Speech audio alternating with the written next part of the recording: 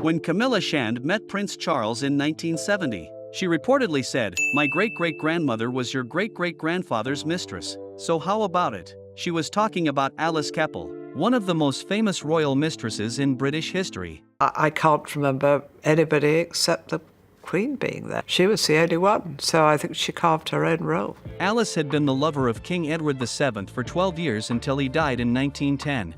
I'm 75 now, and I can't remember anybody. I can't tell you how much I sympathise with the way everybody has had to endure this.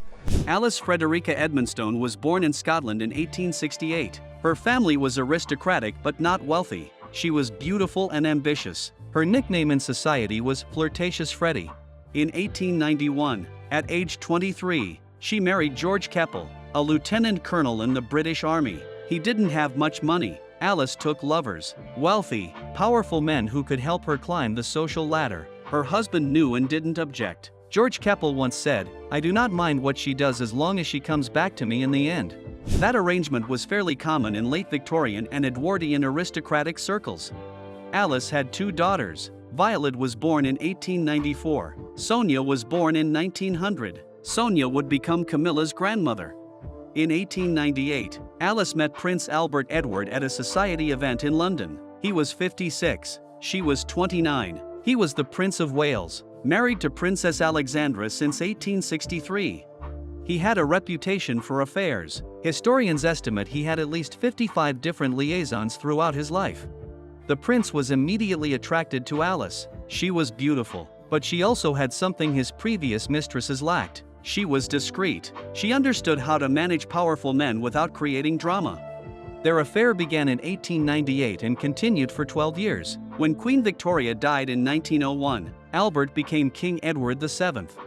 Alice was publicly acknowledged and accepted. Queen Alexandra, Edward's wife, actually preferred Alice to his previous mistresses. Alexandra found Alice helpful and respectful. Alice would even help the king pick out gifts for his wife.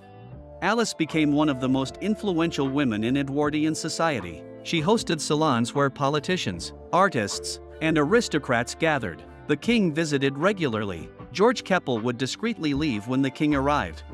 The king made sure Alice was financially rewarded. He gave her shares in rubber companies worth about $7 million in today's money. He arranged for George to get promoted to better-paying positions. Alice even traveled with the king on his annual trips to Biarritz, France. She was treated like royalty everywhere they went. King Edward VII died on May 6, 1910. Alice was at his deathbed. She was so hysterical with grief that she had to be physically removed from the room.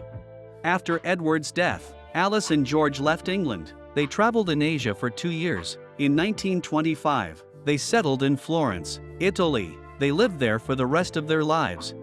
Alice lived until 1947. She died at age 79. George died just 10 weeks later. They'd been married for 56 years.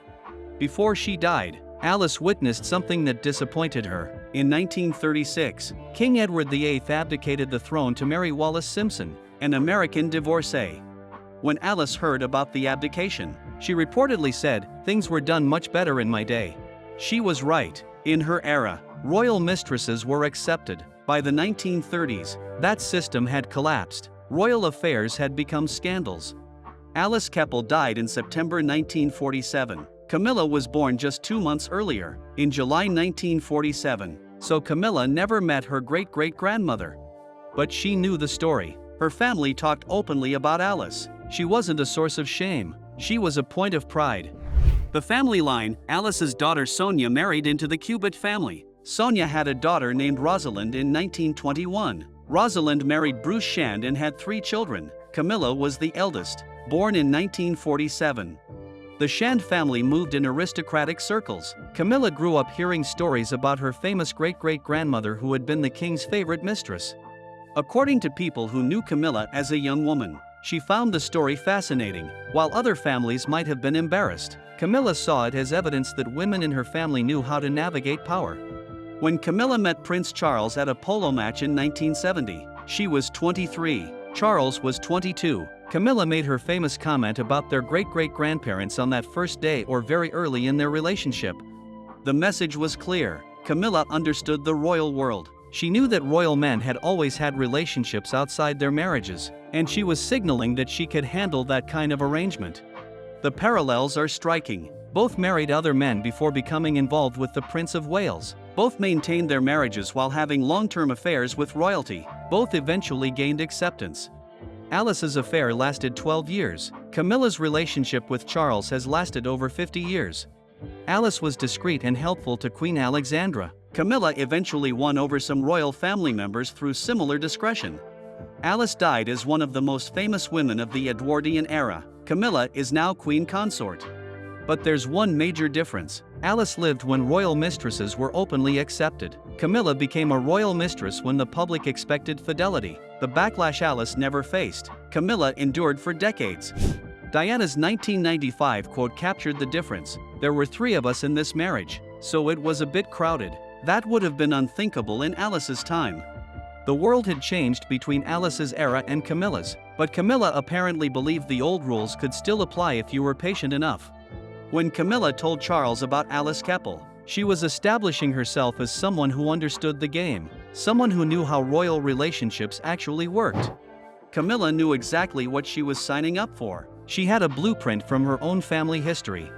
Alice Keppel was the last publicly accepted royal mistress. Camilla became one of the most controversial. And now Camilla has achieved what even Alice never did. She married the king and wears a crown. History didn't just repeat itself, it evolved. Do you think Camilla used her family history as a strategy? Or was she just being upfront? Let us know in the comments. Subscribe and turn on notifications for more stories. Thanks for watching. Camilla ordered Kate to leave, but Kate used a crown to make her face fall. When Kate and William warmly welcomed the Trumps, Camilla stood off to the side, watching coldly. After Melania greeted Charles, she didn't curtsy to Camilla, leaving her momentarily stunned. When Camilla tried to regain face by leading a handshake, she was immediately pushed to the back by the crowd. Even more intriguing, when Camilla tried to chat with Melania, Melania instead turned to Kate. The two spoke animatedly, while Camilla glanced around awkwardly. It wasn't until the carriage arrived that Camilla seized the chance to wave Kate away.